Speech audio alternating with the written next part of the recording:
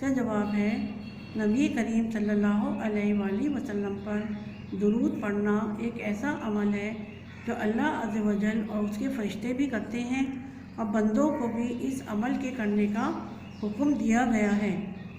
سوال نمبر 3 ہے قرآن کریم کی اس صورت کا نام اور آیت بما ترجمہ تحریر کریں جس میں اللہ اور فرشتوں کے درود بھیجنے کا ذکر ہے۔ اس کا جواب ہے اللہ عز و جل سورۃ الاحزاب کی مندرجہ ذیل آیت مبارکہ میں ارشاد فرماتا ہے، بس اس کا ترجمہ لکھیے، یہاں پر اپنی کاپی پر ترجمہ لکھیے گا۔ ترجمہ: بے شک اللہ اور اس کے فرشتے نبی کریم صلی اللہ علیہ وآلہ وسلم پر درود بھیجتے ہیں، اے ایمان والو تم بھی ان پر خوب درود و سلام بھیجا کرو۔ سوال نمبر 4 ہر نیک و جائز کام سے قبل درود و سلام پڑھنا کیسا ہے؟ اس کا جواب ہے ہر نیک اور جائز کام سے قبل صلاۃ و سلام پڑھنا جائز بلکہ مستحسن ہے، کیونکہ اللہ عز و جل نے سورۃ الاحزاب میں مطلق حکم ارشاد فرمایا ہے کہ بے شک اللہ عز و جل اور اس کے فرشتے اس غیب بتانے والے نبی پر درود بھیجتے ہیں، اے ایمان والو تم بھی ان پر خوب درود و سلام بھیجو۔ اس آیت مبارکہ میں اللہ عز و جل نے قید نہیں لگائی کہ فلاں وقت پڑھنا ہے اور فلاں وقت نہیں پڑھنا۔ جب رب عز و جل نے مطلق حکم فرما دیا تو چاہے کھڑے ہو کر پڑھیں یا بیٹھ کر، اذان سے پہلے پڑھیں یا بعد میں، الغرض یہ کہ ہر صورت میں درود پاک پڑھنا جائز و مستحسن ہے۔ بچوں یہ سب آپ کا ختم ہو گیا ہے۔